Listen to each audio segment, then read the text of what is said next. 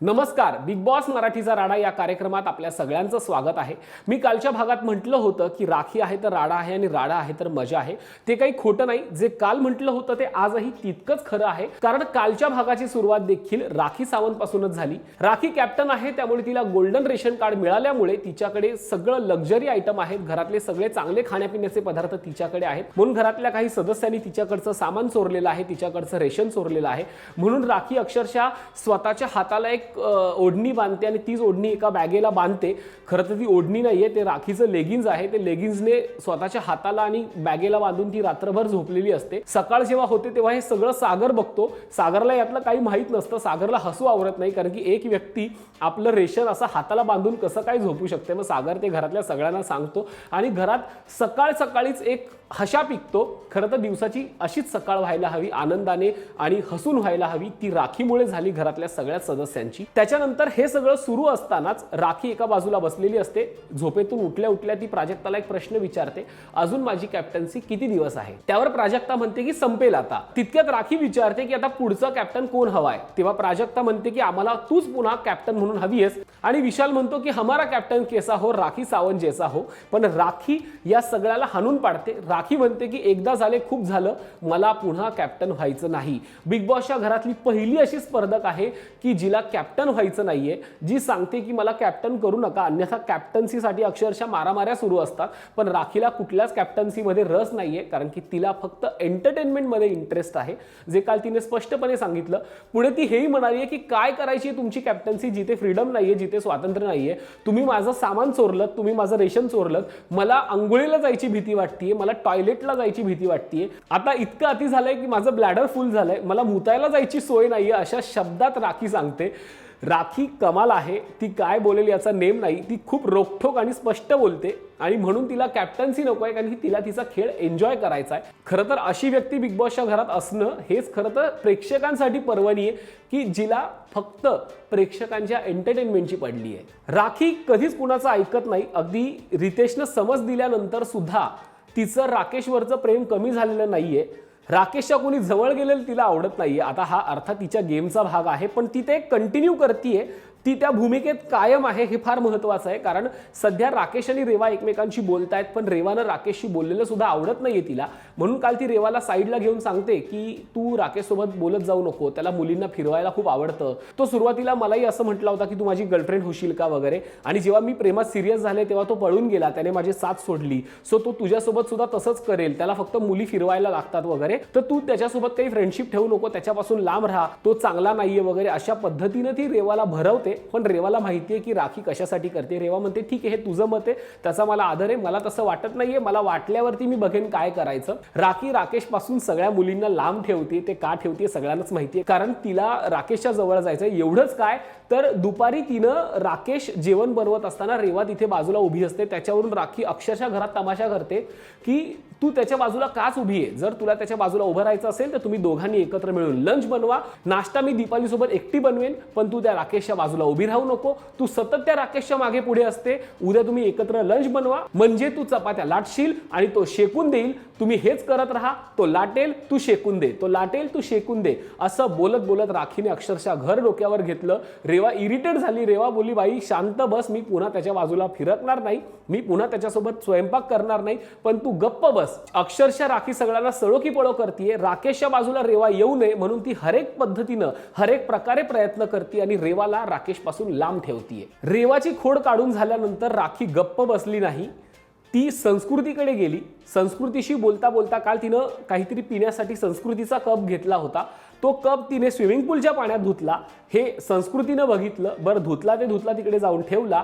संस्कृतीने मग राखीचा कप शोधून काढला आणि तो स्विमिंग पूलच्या पाण्यात पायरीजवळ तो ठेवला आणि ते प्रभूने पाहिलं। अर्थात प्रभू या घरातला असा माणूस आहे की ज्याचा कॅमेरा बिग बॉस पेक्षाही जास्त पॉवरचा आहे, जो सगळ्यांवरती असतो, कुणाचं सामान कुठे ठेवलंय, कुणाच्या वस्तू कुठे ठेवल्यात, कोण कुणाशी काय बोलतं, हे सगळं प्रभूला माहिती आहे आणि प्रभू ते बारकाईने टिपत असतो। प्रभूने बघितलं होतं की संस्कृतीने राखीचा कप पाण्यात बुडवलाय, त्याने जाऊन त्याचं काम पूर्ण केलं, राखीला तिची चुगली केली, राखी तनतन करत आली, माझा कप तू का बुडवला याच्यावरून तिने मोठा राडा केला। शेवटी ती संस्कृतीशी भांडते, स्विमिंग पूलमध्ये माझा कप का धुतला याच्यावरून संस्कृती आणि राखीमध्ये घरामध्ये राडा होतो। शेवटी राखी रागाच्या भरात जाऊन संस्कृतीचे कपडे आणते, ते स्विमिंग पूलच्या पाण्यात बुडवते, अख्खं घर डोक्यावरती घेते, संस्कृतीला नको नको ते बोलते। शेवटी तन्वी हे भांडण सोडवायला मध्ये पडते, तेव्हा प्राजक्ता आणि सागर तन्वीविषयी गॉसिप करतात आणि म्हणतात आता हिला मध्ये पडायची काय गरज होती का, ही पडणारच मध्ये, कारण की हिला चांगलं दिसायचं, ही स्वतःला अतिशहाणी समजते, मी कशी चांगली ही तिला दाखवायचंय। सगळ्यांच्या भांडणांच्या मध्ये तन्वीला बोलायचंच असतं। म्हणजे एकीकडे संस्कृती आणि राखीचं चाललंय ते वेगळं, आणि इथे सागर आणि प्राजक्ताची एक वेगळीच दुनियादारी सुरू आहे तन्वीविषयी। ते सगळं सुरू होतं, पण ऐकेल ती राखी कसली, शेवटी ती अजून जाऊन कपडे घेऊन येते आणि ते पाण्यात बुडवायला जाते। पण शेवटी संकेत हुशारी दाखवतो, संकेत एका जाळीनं तो कप वरती काढतो आणि राखीच्या हातात देतो। शेवटी हे भांडण मिटतं, पण राखी काही ऐकत नाही। राखी बोलते की नाही, आता मी हिला दाखवते की मी पुढे पुढे काय करणार आहे। संस्कृती सुद्धा मागे हटत नाही, ती पण तिच्या मतावर ठाम असते। राखीने जर माझा कप स्विमिंग पूलमध्ये धुतला तर तिने तो स्वच्छ पाण्याने घासून द्यायला हवा, यावर संस्कृती ठाम असते। घरातले तिला सगळे समजवतात की तू राखीच्या नादाला लागू नको, ती कुठल्याही थराला जाऊ शकते, पण संस्कृती काही ऐकत नाही। संस्कृती देखील तिला तोडीस तोड देते। राखीच प्रत्येक वेळी जिंकते, कारण की तिची खेळ खेळण्याची पद्धत ही अत्यंत वेगळी आहे।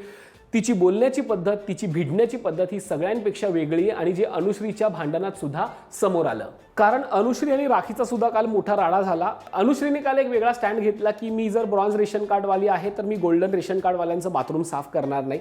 तिथून त्या वादाला हळूहळू सुरुवात झाली। मग राखी आणि अनुश्रीमध्ये वेगळ्याच पद्धतीचा वाद पेटला।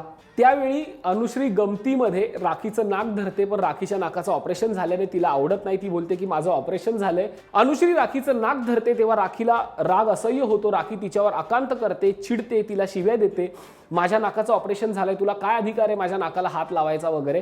तेव्हा अनुश्री म्हणते तुला खालून वरून पूर्ण फाडून शिवून काढली, तू कुठून तरी नीट आहेस का।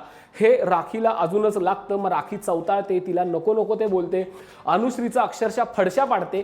अनुश्री देखील तिच्यासोबत तोडीस तोड भांडण्याचा प्रयत्न करते, पण अनुश्री कुठेतरी असमर्थ ठरते, ती हतबल होते आणि अक्षरशः अनुश्री रडायला लागते। सागर तिची समजूत घालतो, घरातले सगळे अनुश्रीला समजवतात, पण राखी काही ऐकत नाही। राखी सांगते की ही मला अपशब्द कशी काय वापरू शकते, ही मला मूर्खांचा बाजार कशी काय बोलू शकते, ही माझं नाक कसं काय पकडू शकते, माझ्या ऑपरेशनवर कसं काय बोलू शकते। याच्यावरून राखी अक्षरशः घर डोक्यावर घेते, पण अनुश्रीला ती काही या वादात जिंकू देत नाही। शेवटी अनुश्री माघार घेते, तिला अश्रू अनावर होतात। तिलाही ती गोष्ट लागलेली असते की राखी तिला काल म्हटली होती की तुझ्यासारखी लोक माझ्या घरात कामाला आहे। ही बाब अनुश्रीच्या मनात कायम आहे, आणि म्हणून तिला राखी जेव्हा जेव्हा तिच्याशी बोलते तेव्हा ती तिला आठवतं आणि ती रडायला लागते। आपल्याला माहितच आहे की राखी कधी शांत बसत नाही, तिला एक मुद्दा हवा असतो, म्हणून काल तिने पुन्हा एकदा रेशनचा मुद्दा काढला। भागाची सुरुवातीलाही ती रेशनच्या मुद्द्यावर होती, भागाच्या शेवटी रेशनच्या मुद्द्यावर होती। माझं सामान चोरीला गेलंय, मी सगळ्यांच्या बॅगांची झडती घेणार, हे तिने काल स्पष्टपणे सांगितलं, आणि सगळ्यांच्या बॅगांची झडती घेतली। तुम्ही बॅगा दाखवा किंवा मी स्वतः जाऊन उचकेन, असा तिने स्टँड घेतला।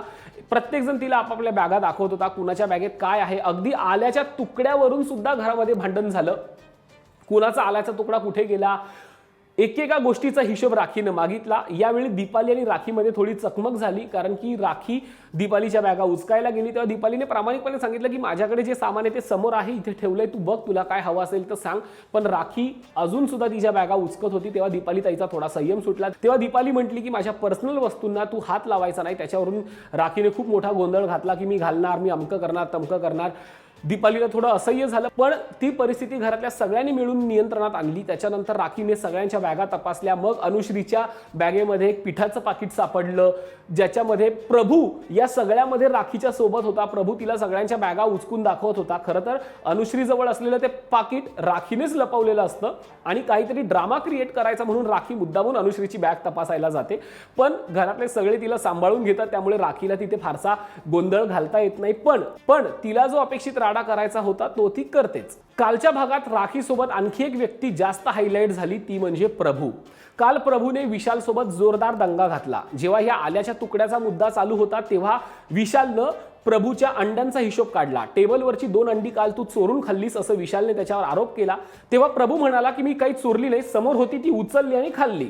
त्याच्यावरून सगळे प्रभूवर तुटून पडले की तू घरातली अंडी कशा पद्धतीने चोरली वगैरे, पण प्रभू कुणाचंही ऐकत नव्हता, सगळ्यांना तोडीस तोड उत्तर देत होता। अगदी विशाललाही काल तो खुलेआम भिडला। सगळ्यांनाच माहिती आहे की सगळे विशालची हाजी हाजी करतात खेळासाठी, पण प्रभूने तसं केलं नाही. प्रभूने अगदी विशालवरती वार पलटवार केले. जेव्हा विशाल त्याला म्हणाला की तू जुना झालायस, या घरातनं निघ, तेव्हा तू या घरातनं निघ हे प्रभूने विशालला तोंडावर सांगितलं. त्या दोघांमधली चकमक सगळे बघत होते. सगळ्यांना दिसत होतं की कशा पद्धतीने छोटा प्रभू त्या विशालला तोडीस तोड उत्तर देतोय. काल प्रभू हायलाइट झाल्याचं केवळ भांडण हे कारण नव्हतं, तर प्रभू अत्यंत हुशारीनं गेम खेळतोय. काल जेव्हा ते कपाचं प्रकरण झालं तेव्हा संस्कृतीने फक्त स्विमिंग पूलच्या पायरीपर्यंतच कप ठेवला होता. तो स्विमिंग पूलच्या तळाशी टाकण्याचं काम प्रभूने केलं. प्रभू घरामध्ये उत्तम पद्धतीनं इकडची गोष्ट तिकडे करतोय, घरात भडका उडवण्याचं काम करतोय. त्याला माहितीये कुठे काय केलं म्हणजे मजा येईल आणि प्रेक्षकांचं मनोरंजन कसं होईल. राखीच्या पावलांवर पाऊल ठेवून तोही आता शिकलाय की मनोरंजन कसं करायचं, जे काल त्यानं करून दिलं. अगदी राखी बॅगा तपासत असताना सुद्धा कुणाच्या बॅगेत काय आहे, कोणी कुठे काय सामान ठेवलं हे तो सांगत होता. प्रभूची बारीक नजर त्याच्या कामी येते आणि तो घरामध्ये इकडची गोष्ट तिकडे करून एक नवा खेळ क्रिएट करतोय, ज्यामुळे प्रेक्षकांना मजा येते. काल आणखी एक गोष्ट हायलाइट झाली, ते म्हणजे सागर दादाचं आणखी एक रूप समोर आलं. बऱ्याच दिवसात तन्वी आणि सागरला एकत्र बघितलं नव्हतं, पण काल तन्वी सागरकडे गेली, त्याला विचारलं कसा आहेस वगैरे. त्याच्यावरून दोघांनी कबूल केलं की आपण एका घरात असूनही एकमेकांशी बोलत नाहीये. यावेळी तन्वीने मुद्दामून सागरला विचारलं की तुझा नेमका स्टँड काय आहे. जेव्हा खऱ्या अर्थानं तुझ्याकडे संधी होती, काटामध्ये यायची, टोळीमध्ये जायची किंवा बाल्कनी गँगमध्ये जायची, तेव्हा तू टोळी का निवडलीस. तुला त्यांचे विचार पटतात का. मला तरी विशाल आणि त्याच्या टोळीचे विचार पटत नाही. तेव्हा सागर बोलला की तुला असं वाटतंय का की मला पटतायत. मलाही त्यांचे विचार पटत नाही, पण केवळ मी माझ्या खेळासाठी तिकडे आहे. तिथे ज्या दोन मुली होत्या, अनुश्री आणि रुचिता, त्या दोघी माझं ऐकायच्या. कॅप्टन्सीमध्ये पण त्या खूप अग्रेसिव्ह झाल्या होत्या, पण त्यांनी माझ्या शब्दाला मान दिला. त्यांनी माझ्या कॅप्टन्सीच्या वेळी मेहनत घेतली, त्यामुळे त्याची परतफेड करावी म्हणून मी टोळीत गेलो, कारण की त्या माझ्यासाठी उभ्या राहिल्या होत्या. पण नंतर जेव्हा कॅप्टन्सी टास्क आली, तेव्हा कॅप्टन्सी टास्कमध्ये बिग बॉसने देखील सागरला हाच प्रश्न विचारला की तुम्ही विशालचा वापर करताय का. तेव्हा सागरने कबुली दिली की होय, मी विशालचा वापर करतोय. मला या खेळात जिंकायचंय आणि मला असं वाटतं की मी विशालच्या बाजूने राहिलो तर मी जिंकू शकेल किंवा पुढे जाऊ शकेल. त्यामुळे मी विशाल सोबत आहे, हा माझ्या खेळाचा भाग आहे. वैयक्तिकरित्या त्यांचे विचार मला पटतातच असं नाहीये, ज्याची कबुली काल सागरने दिली. खरं तर सागरची कबुली ह्या खेळाला कलाटणी देणारी आहे, कारण उद्या जर विशालला हे कळलं तर विशाल काय स्टँड घेऊ शकतो हे बघणं महत्त्वाचं आहे. कारण कधी ना कधीतरी सागरचा हा स्टँड बिग बॉस विशालपर्यंत पोहोचवणारच आहेत. त्यामुळे सागरची ही खरी भूमिका आता कधी विशालपर्यंत पोहोचतीये हे पाहणं महत्त्वाचं ठरणार आहे. आता मुद्दा आला कॅप्टन्सी टास्कचा. या सगळ्या राड्यानंतर बिग बॉसचा दिवस कॅप्टन्सी टास्क जवळ येऊन थांबतो. आपल्याला माहितीच आहे की संकेत ऑलरेडी कॅप्टन्सीचा उमेदवार आहे. त्यामुळे बिग बॉस ज्यांच्याकडे डेंजर की आहे त्यांना एका रूममध्ये नेतात आणि सांगतात की तुम्ही सगळ्यांनी मिळून एक सदस्य निवडा बाहेर येईल की जो कॅप्टन्सीचा उमेदवार होऊ शकेल. सगळे मिळून प्रभूची निवड करतात आणि प्रभूला कॅप्टन्सीची उमेदवारी देतात. पण यावेळी टोळी सुद्धा प्रभूला सपोर्ट करते, जो प्रभू तन्वीच्या बाजूने बोलतो, जो प्रभू काटामध्ये आहे. सगळ्यांना असं वाटलं की प्रभूला चान्स मिळावा म्हणून टोळीनं त्याला मत दिलंय, पण तसं नाहीये. टोळीचा डाव वेगळाच आहे. टोळीला असं वाटतंय की प्रभू संकेत पुढे टिकू शकणार नाहीये, त्यामुळे काही जरी केलं तरी प्रभू काही कॅप्टन होत नसतो. त्यामुळे एक वीक कंटेस्टंट म्हणून टोळीनं त्याला सपोर्ट केलाय, जेणेकरून त्यांना संकेत त्यांच्या टीम मधला, जो आता सध्या टोळीच्या बाजूने खेळतोय, तो त्यांना कॅप्टन म्हणून हवाय. म्हणून टोळीने अत्यंत हुशारीने प्रभूची निवड केली, पण सरते शेवटी प्रभू कॅप्टन्सीचा उमेदवार झाला.